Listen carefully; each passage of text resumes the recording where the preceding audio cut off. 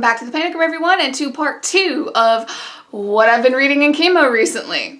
Alright guys, so if you tuned into part 1, you saw that we had a lot of like nostalgic kind of fun horror books. That's not what this video is going to be about. This is going to be about the more adult type horror books that I've been reading. So, let's dive in. You guys have probably seen this book. It's been making its rounds and all of my lovely little weirdo friends have read it, and I wanted to be part of the club too. So my dear Namiria sent me Hawk Mountain by CALEB Habib, and everybody that has read this gave it 5 stars, loved it, it was wonderful, and I agree. There's a good reason that this book gets 5 stars. It is a damn fine story. So you have a man who, he has a son, and he's estranged from his wife. You know, he's a teacher, his son's getting ready to start school. Very, very cookie cutter, you know, book opens, they're on a beach, and all of a sudden he gets approached by this man who, come to find out, was his, like, essentially his bully back in high school. And throughout the book you get these little jumps back and forth between like his life now versus, you know, what he went through back in high school. And this entire time he's referring to this trip to Hawk Mountain. Something is alluded to that happened on Hawk Mountain, but you have no idea what. And there are some things that happen between these two men that cause a very climactic scene and essentially the undoing of our narrator. And the majority of the book is how he deals with that. And the way he approaches the situation, I'm not going to tell you what the situation is or what he does, but the way he approaches it, the way he talks through it, is fascinating. To see the mechanizations of this man's mind, how he works through this situation, how it affects, you know, the people around him, things like that. And when you get to the end, the whole time you're reading this, you're like, okay, there has to be one of 2 outcomes. Okay, there are 2 outcomes on the table the entire time.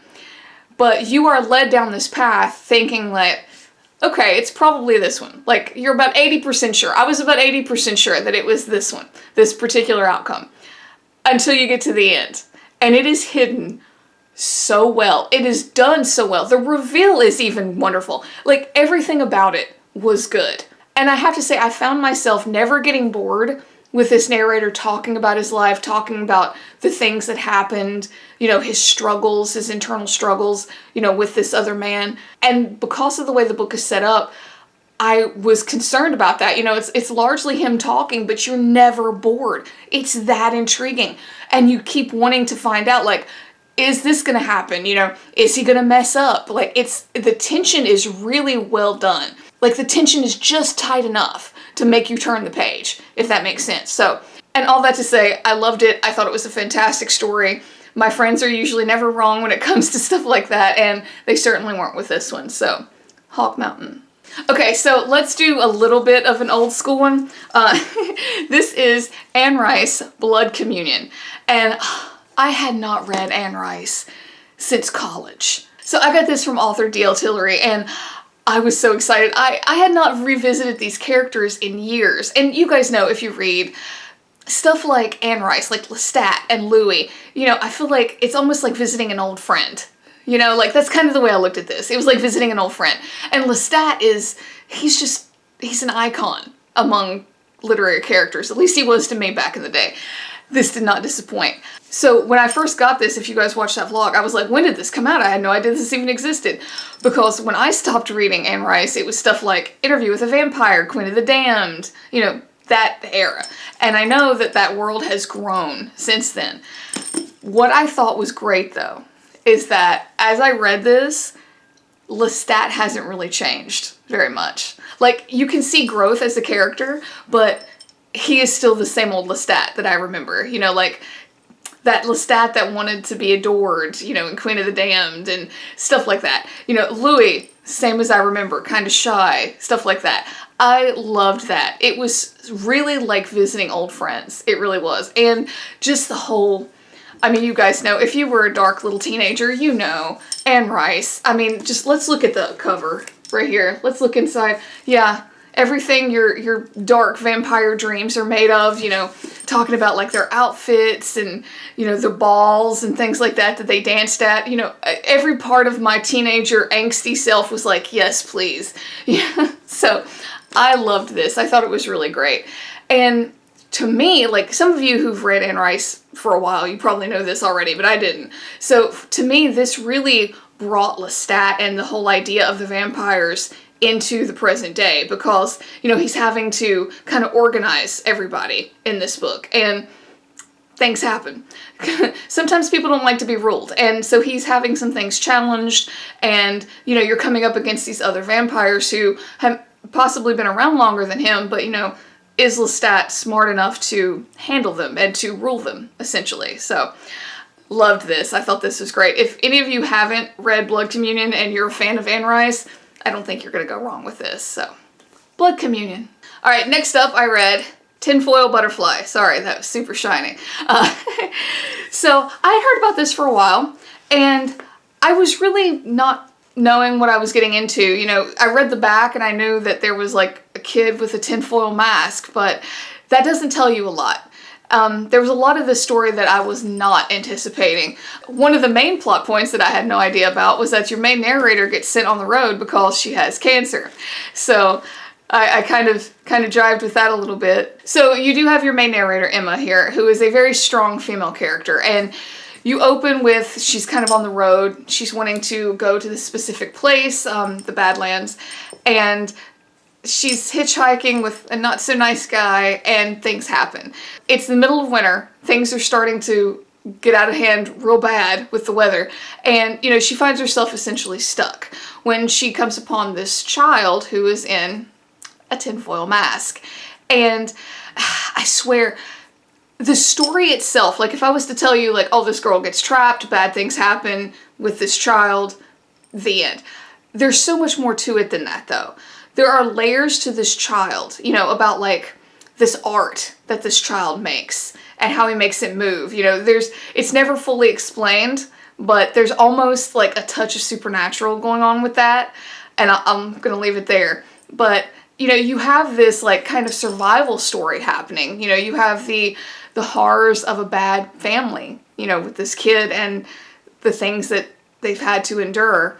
And then you have Emma, who has had this really messed up road. You know, she had this relationship with her stepbrother, and I don't want to go any further than that, but it's kind of messed her up in a lot of ways. And the way she discovered that she had cancer was pretty traumatic and kind of odd. You know, she doesn't have a great home life either, but you have all of these things pushing her out onto the road, and then you have this addition of this child who has a very, I hate to say like cookie cutter bad home life, but if you read a lot of horror shit, you're gonna recognize this particular type of home life, and how those two kind of come together and, I don't want to say heal each other, but kind of, I guess, see each other mirrored in a way, you know, see each other's trauma and how they need a support system. And they kind of find that in each other in a weird way. I really found myself rooting for Emma as a character and wanting to see her succeed. And even with this kid, I wanted to see the kid succeed too, because, you know, you read about these people who have these terrible, terrible lives, and then this like weird thing happens to them, and you can almost see a way out. Like they can't in the book, but you can see the way out. That's kind of the way I was with Emma and this kid in the book. Like I could see them having a decent life together if they could just get past this one thing. And, you know, I'm of course not going to tell you how it ends, but there's a lot of body horror here. There's some really good scenes in a cellar with some like mental stuff happening and a dead body, and it's pretty good. That to say, it's not overly gory. It's a really good, even keel story with some wonderful horror elements. You know, like I said, there's some wonderful body horror here. You know, there's some tough stuff, you know, family and abuse, things like that. But overall, I really think it's a good, even keel horror story.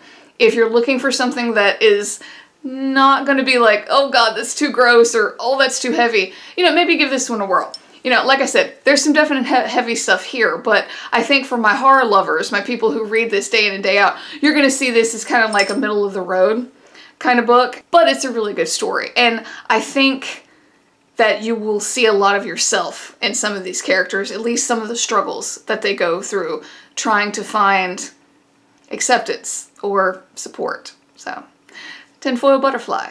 Alright, so another one that I read was sent to me by Criminale, which is super sweet. And oh my gosh, guys, look at this cover. Yes, What Moves the Dead. So I don't know about you guys. I had heard about this. Actually, I think the first time I'd heard about this book was on Brocky Horror's channel. Yeah, I don't think Brocky does many videos anymore, but he was a really good channel. And I remember him talking about this book and about how much he enjoyed it. And I did not know until I got into it that this was a retelling of The Fall of the House of Usher. And I hadn't read that story probably since high school. It's been a long time, but I have to say it really brought back a lot of memories. This was such a good retelling. Like every point that I remembered from The Fall of the House of Usher was kind of hit on with this retelling. However, there was something about the imagery. If you guys are into mushrooms at all, you've got to read this book. The imagery alone was breathtakingly beautiful. I loved everything about it. I mean, I know, you're probably like, mushrooms, really, Pax? But it's so pretty. It's so pretty. And like the way they talk about this lake, even, and I mean, I don't think any of you guys are going to be surprised at this, but like even the way they talk about like the wasting away of the characters, like the hair, like her little wispy hairs and things like that. So lovely. It was so beautiful. You could almost feel the chill from like the old stones in the dungeon kind of thing. You know, you guys know what I'm talking about, like that wet, chilly, I don't know, like drippy sound kind of dungeon feel, you know, where the air is kind of mildewy smelling and like you could see cobwebs and stuff. That was like the vibe that I got. You know, I loved it. It was so good. And, you know, you have this like kind of like spunky narrator type of person that really makes it fun too, because they kind of have this little bit of a dry sense of humor, which was kind of nice. I kind of liked that. But you know what? On top of everything, I have to say that I was kind of afraid that it was going to be a little flowery, you know, just based on the subject matter. I didn't really get that. I really didn't. I got a lot of description, but not really like flowery language, you know? Like it definitely puts you in that time period, you know, like you could see the old house, you know, the overgrowth, you know, the symptoms that, you know, they were describing about these main characters. You could see all of that. You know, you could like smell the horse stables, stuff like that. But it was not overly done. Like, you know, they didn't spend 15 minutes waxing philosophical about like the color of the water in the lake. Still, you know what I'm talking about. Like, I feel like that can get a little boring sometimes. And I was scared that that was going to happen, but it didn't. It really didn't. So if you're like me and you're a little bit afraid of having that like classic lit spin, I think you know what I'm talking about. Don't be. I really think you'll enjoy this. This was very much like, the only word, you guys know I'm not really great with like labels, but like it was very gothic, but kind of like a step up from gothic. Like not knights in shining armor kind of gothic so much as like ruins, like decrepit ruins. You know, and if you like that, and then you like the whole story about, you know, if you're familiar with The Fall of the House of Usher, you know, obviously you're going to know going in kind of what you're getting yourself into, but it was a really good story. And if you're familiar with like the creepy happenings around it, like the Frankenstein-esque, reanimation kind of esque things that go on, I really think you're going to like it because, you know, you have this element of body horror, really. I mean, it is what it is. It's body horror, you know, being taken over. It was really well done. Like I said, love the descriptions. I really think my horror people are going to love the description of the symptoms and how it affects the body. Even the animals, like even that was creepy. So, What Moves the Dead? All right, and the last one I read, let's talk about Schizo. Now, this is by Nic Sheff, I think it's Sheff, maybe. And the only thing that I knew about this book going in was that it was about a kid with schizophrenia. And some of you who might not have been hanging out for very long here in the Panic Room, you might know I have a background in mental health. And schizophrenia has always been one that fascinated me. It absolutely fascinates me, you know, because there's so many variables with it. So I didn't really know what we were getting into with this. You're essentially following a young man, 16, 17 years old, and, you know, he's struggling with his schizophrenia. He had just been recently diagnosed, I think about 2 years before the events of this book take place. And you find out that the day he had his first episode, was the day that his brother was taken or kidnapped from a beach. And by and large, the whole book is this young man trying to, I guess, put his family back together after this tragedy, because he sees himself as kind of the cause of it. Because if they weren't focused on him when he was having his episode that day, maybe his brother wouldn't have been taken. And you kind of know, like there's this point early on where he ditches his medicine, and you know as the reader, you're like, this is not going to end well. This is not going to end well. He ditched his medicine. We're in for a ride. And there's, of course, this element of the unreliable narrator, because you know your narrator has schizophrenia. You know he's off his medicine. So a lot of times, as I was reading, I was like, okay, is this real? Let me give you an example. This is not a spoiler. So he has a younger sister, and throughout the book, he talks about seeing these crows. Well, at one point, his younger sister acknowledges the crows. So then as the reader, to me, I was like, okay, are the crows real then? Is he actually seeing crows? Or is he just imagining and the sister happened to see a crow? You know, that's the kind of thing I'm talking about. It has a decent ending, and I'm not going to tell you what it is, but I think that for those of you who read horror, who read mysteries, thrillers, things like that, I feel like you're probably going to be able to guess how it ends. And if you're like me and you like to see people deal with mental situations that are kind of outside of the box, I think you might like Schizo. Alright guys, that's it for part 2 of what I've been reading in chemo lately. Tell me down below if you guys have read any of these. You know, I went into a lot of these blind. I had no idea. And I was pleasantly surprised. I really was. Here lately, I've really been getting some just wonderful storylines in a lot of these. You know, yeah, they have some horror elements, and I've really been picking some good, like, mental type horror books lately. I don't know why. You guys know how I roll. I'm just like, hey, that looks cool. I'm gonna read that. It just happened to work out that way for me. And of course, if you like this, please hit like, hit subscribe. It would really help me out. And until next time, bye for now.